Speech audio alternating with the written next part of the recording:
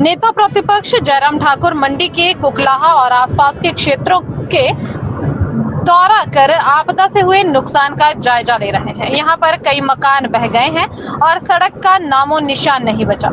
इस इलाके का संपर्क जिला मुख्यालय से कट चुका है। जयराम ठाकुर ने इलाके के लिए तुरंत राहत प्रदान करने के लिए सीएम सुक्खू से फोन पर बात की है।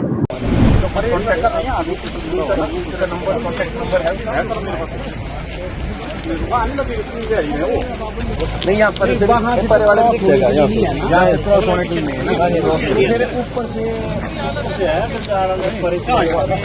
नहीं क्रॉस करके। बारिश के कारण बहुत बड़ा नुकसान इस क्षेत्र में हुआ है। मैं इस वक्त कुकला के इस गांव के पास हूं, जहां एक पुल जो यहां पर था, जो आने जाने का एकमात्र साधन था, रास्ता था, और जिसको 2002 में बना करके हमने तैयार किया था यहाँ की जनता की मांग पर, और वो पुल आज यहाँ नहीं है।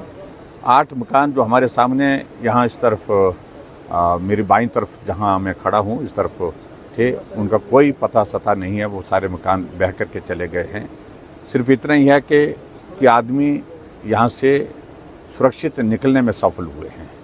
और इसके अलावा इस तरफ जहाँ पर राइट साइड में मेरा इस तरफ जहाँ मैं खड़ा हूँ, तो इस तरफ पे बहुत बड़ी संख्या में जो रोड तो बिल्कुल ही रोड का तो नामो निशान नहीं रह गया, लेकिन मकान जो थे वो भी यहाँ से भी गुम हो, मतलब यहाँ से भी वो मकान सारे बह करके चले गए हैं। तो बहुत बड़ा नुकसान हुआ है। लेकिन यहाँ थोड़ा इस बात को लेकर संतोष है कि यहाँ ज़िंदगी नहीं गई है। पशुधन का नुकसान ज़रूर हुआ है, लेकिन उसके बावजूद मकान का ज़रूर नुकसान हुआ है, लेकिन ज़िंदगी बच गई है। यही एक बात मुझे सिर्फ कहनी है। और इस सारी चीज़ के लिए अब हम आने वाले समय में इस बात को देखेंगे कि यहाँ किस प्रकार से हम रास्ता और निकाल सकते हैं, क्योंकि जो प्रेजेंट सिचुएशन में जो सड़क का जो जहाँ से हमारा बना हुआ था, यहाँ से आने जाने का रास्ता, वो अब पूरी तरह से नष्ट हो गया है। नए सिरे से विचार करना होगा और इस क्षेत्र के इलाके के लोगों के लिए बहुत बड़ा नुकसान है। जहाँ मेरे पीछे यहाँ पर 16 मेगावाट का एक प्रोजेक्ट था, हमारा पर्टिकुलर प्रोजेक्ट, और इस पुल का उद्घाटन और उस प्रोजेक्ट का उद्घाटन हमने एक साथ ही एक दिन ही किया था। यहाँ पर आकर के धूमल जी आए थे, मुख्यमंत्री, आज वो भी नहीं है और वहाँ का आने जाने का रास्ता पूरा समाप्त है। और जो जानकारी मेरे को आज मिल रही है यहाँ आने के बाद कि उस प्रोजेक्ट में भी लोग अंदर थे, कितनी संख्या में थे ये अभी तक असर्टेन करना मुश्किल है, अनुमान लगाना मुश्किल, लेकिन उसके बावजूद भी जो जानकारी मिली है सारी चीज़ की वो मैं साझा कर रहा हूँ। पंचायतें उनकी कनेक्टिविटी, रोड कनेक्टिविटी जैसे यहाँ है, तो लोगों की ये मांग है कि जो रोपवे एक माध्यम साधन है वो मैंने इस बात के लिए आज भी चीफ मिनिस्टर से बात की है, डिप्टी कमिश्नर से भी बात की है, रात को भी की है, सुबह भी बात की मैंने सीएम साहब से। एकमात्र रास्ता यहाँ इस इलाके के लिए हमारे पास कनेक्टिविटी का वो रह गया, वो सिर्फ रोपवे है।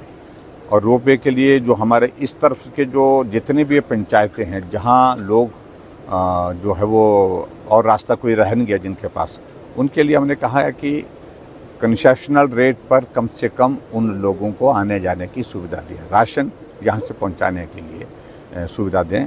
कोई मरीज है, पेशेंट है, उनको ट्रांसपोर्ट करने के लिए आग्रह हम इस बात के लिए कर रहे हैं कि लोगों की मांग पर अगर रात को इमरजेंसी भी आती तो भी इवैक्यूएट करने के लिए पेशेंट को यहाँ से ये रोपवे चलता रहे, इस बात के लिए आग्रह किया।